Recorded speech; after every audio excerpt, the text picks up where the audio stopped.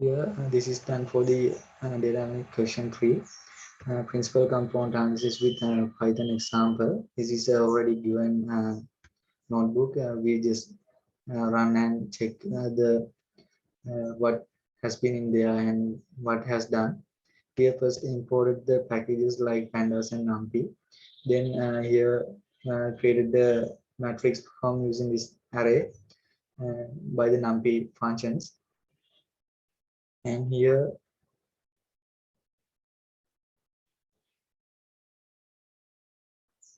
uh, I talk about the conversion of the conversion to the covariance. Here we can see the earlier mentioned matrix converted to into a covariance by this function. You can see the array of covariance after the getting putting into the covariance function, and then it convert to the correlation matrix uh, using the uh, function correlation. You can see and set to a data frame. You can see the data frame here, and we can see the transformation of that transpose of the that created matrix like this. And here the principal component analysis implementation. Here we imported the libraries like pandas, file, and load iris dataset get by the scale and data, and stand scaler from the scalar and pre-processing, and manually put the visualization parts. In here, we loaded the iris dataset and printed the dataset, set the in here dataset set to a data frame and printed the data frame. And here, get the values of x and y. First, x has taken by the dropping the class value along the axis equals 1, and the y taken by the getting the values of the class, and here printed the shape values of the matrix. Uh, and here shows the implementation part of the PCA. This is there are three for functions as mentioned. First init function and the transformation, and inverse transformation, and fitting function. And here this is standardization code snippet. Standardization helps in dealing with the different scale issues present in the dataset generally. And yeah, PC here PC with the component too. Here PCA number of components set to 2, and fit PCA transform that consider setting the components equals to. And here the you can see the plotting of the our finding output, and we can see the conclusions from this uh, tutorial. We can have massive data sets that increasingly widespread in all sort of disciplines. To integrate such data sets, we need to decrease dimension to preserve the most highly related data. And PCA solves the issues of eigenvectors values, and we can apply PCA to remove coincidentally during the training phase of linear regression and neural networks. PCA resembles a low dimensional representation of the observation that explains good fraction of variance, and we can use PCA to reduce the number of variables and avoid multicollinearity or have too many predictors and relative to the number of observations. And PCA is a linear combination of the PPC, and taking this linear combination of the measurementization try to the reduce the number of plots necessary for visual analysis, and while retaining most of the information present in the data. In the assignment, there is have to another part for the question: what is PCA and how can we use PCA for dimension reduction and visualization in the classes? And why do we need to normalize data before feeding into machine learning algorithm? Uh, in this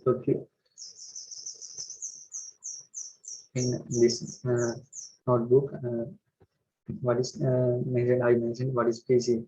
PCA is a study procedure that uses an orthogonal transformation which converts a set of correlated variables to a set of uncorrelated variables. And PCA is most widely used tool in exploratory data analysis and in machine learning predictive models. However, PCA is a unsupervised statistical technique used to examine the interrelation among the set of variables. And other question is, how can we use PCA for dimensional reduction? Visualize the class. Dimensional reduction involves reducing the number of input variables or columns in modeling data. And this PCA is a technique from linear algebra that can be used to optimally perform dimensional reduction and visualize the classes. And we are in PCA removes correlated features. And so PCA helps in overcoming the overfitting issue by reducing the number of features.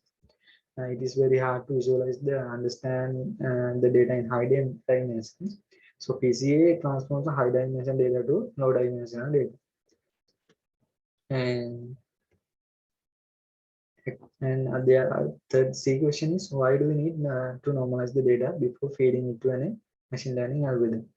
Normalization is a technique that often applied as a part of data preparation for machine learning. The goal of normalization is to change the values of numeric columns in the dataset used common scale without distorting differences in the ranges of values or losing information. Normalization is also required for some algorithms to model the data correctly. In here, for the example, assume that your input data set contains one column with values ranging from 0 to 1 and another column with values ranging from 1000 to 10,000 to 1 lakh. The great difference in the scale of numbers could cause problems when you attempt to combine the values as features during modeling. So normalizing avoid these problems by creating new values that maintain the general distribution and ratios in source data. And next question is third one, apply PCA to PCA algorithm to breast cancer dataset. Reduce the dimension to two features and visualize in the dataset. It helps distinguish between a patient who has breast cancer or not. Here I developed a code for that.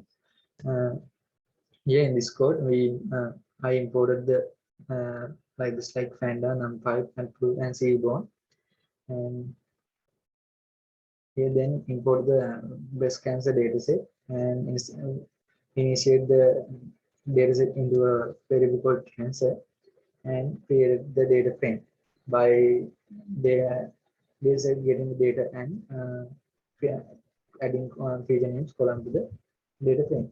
And you can see after the data frame printing, top 4 rows be printed. And then for the scaling purpose, I import the standard scaler from scaler and preprocessing, and then set up the fitting function, and then import. I have to import the PCA function from the scale and decomposition, and we took the components as 2 and set the PCA to fit and get the shape value of 569 to 2. Then after reducing the features into true values, we show this in a plotted diagram. We can see plotted diagram of two features, so we can clearly identify persons who hasn't got cancers and persons who hasn't has got cancer. So this PCA algorithm can be used to diagnose features like, and we can distinguish between the patient who has breast cancer or not using this field. And thanks for the watching my video. Thank you.